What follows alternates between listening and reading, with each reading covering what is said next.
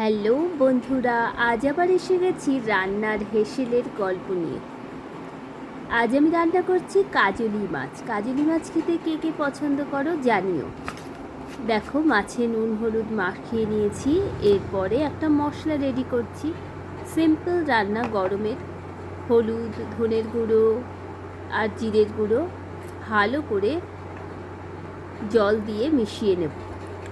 এর মধ্যে একটু কাশ্মীরি লঙ্কার গুঁড়ো দিলে খুব ভালোই হতো, রঙটার জন্য স্পেশালি, বাট আমি এটা আজকে নেই ঘরে, তাই দিতে পারিনি। দেখো, আঙুল দিয়ে একটু ভালো করে নাড়িয়ে দিলাম।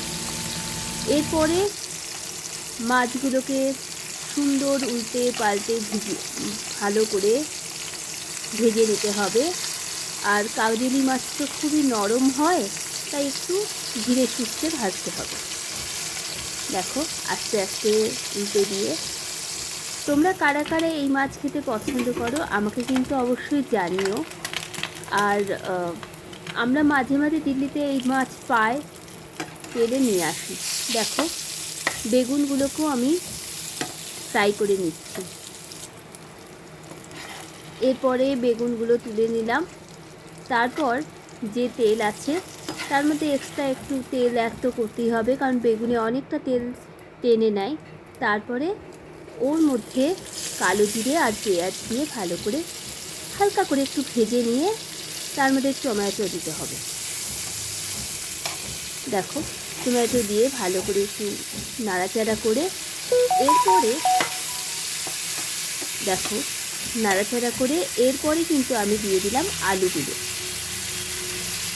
আলু দিয়েও ভালো করে একটু ফ্রাই করে নিতে হবে।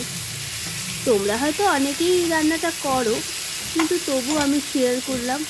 কারা কারা খাও এইভাবে আমাকে কিন্তু বলো। আর ভালো লাগলে একটা লাইক কমেন্টও করে দিও। এই দেখো, কাঁচা লঙ্কা আর নুনটা কিন্তু কথা বলতে বলতে দিয়ে দিয়েছি।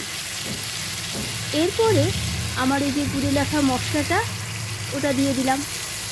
হালকা একটু কষিয়ে টষিয়ে তারপরে জল দিয়ে ঢাকা দিয়ে দিলাম। এই দেখো, একটু জল দিয়ে দিলাম, যার যতটা প্রয়োজন দেবে। জল দিয়ে ঢাকা দিয়ে সেদ্ধ করা হবে। হালকা আলুগুলো যখন সেদ্ধ হয়ে যাবে তখন হচ্ছে আমি মাছ, আগে থেকে ভেজে রাখা বেগুন, এগুলো অ্যাড করলাম।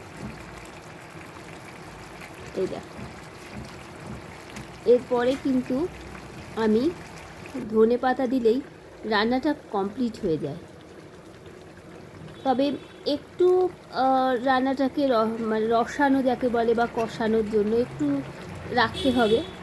2-4 মিনিট রেখে রেডি।